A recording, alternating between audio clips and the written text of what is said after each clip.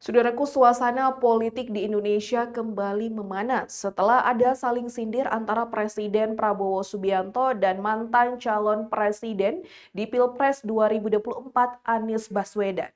Namun sebenarnya apakah yang terjadi antara Presiden Prabowo dan Anies Baswedan?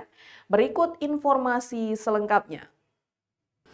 Saudaraku, suasana politik nasional kembali memanas setelah muncul saling sindir antara Presiden Republik Indonesia Prabowo Subianto dan pesaingnya pada Pilpres 2024 Anies Baswedan. Keduanya sama-sama melontarkan pernyataan yang mengingatkan publik pada ketegangan hubungan mereka selama masa pemilihan presiden tahun lalu.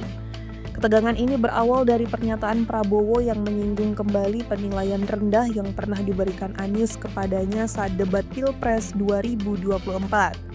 Saat itu Anies memberi nilai 11 dari 100 untuk kinerja Prabowo sebagai Menteri Pertahanan di era pemerintahan Presiden Joko Widodo periode kedua. Prabowo menanggapi hal tersebut dengan santai. Ia menyatakan tidak menyimpan dendam terhadap Anies dan menganggap penilaian itu sebagai hal lucu. Dalam penutupan Musyawarah Nasional atau Munas Partai Keadilan Sejahtera atau PKS di Holten Sultan, Jakarta pada Senin 29 September 2025, Prabowo menegaskan bahwa ia tidak mempermasalahkan nilai rendah yang diberikan Anies dan bahkan menertawakannya di depan para peserta Munas.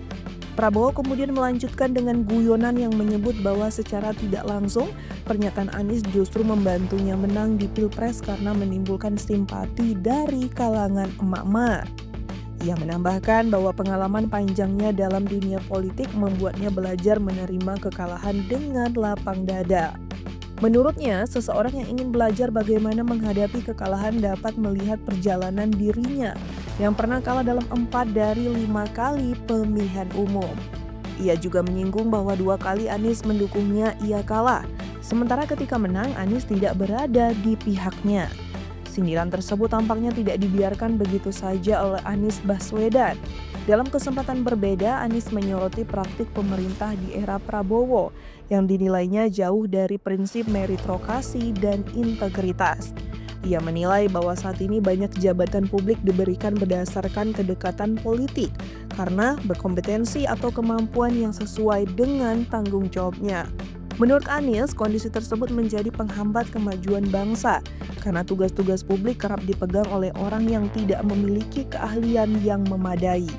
Ia menegaskan bahwa sistem pemerintah saat ini semakin menjauh dari profesionalisme dan kualitas sumber daya manusia. Oleh karena itu, ia menekankan pentingnya pengembalian integritas sebagai fondasi utama dalam tata kelola pemerintahan. Selain itu, Anies juga menyoroti lemahnya pengawasan ekonomi nasional.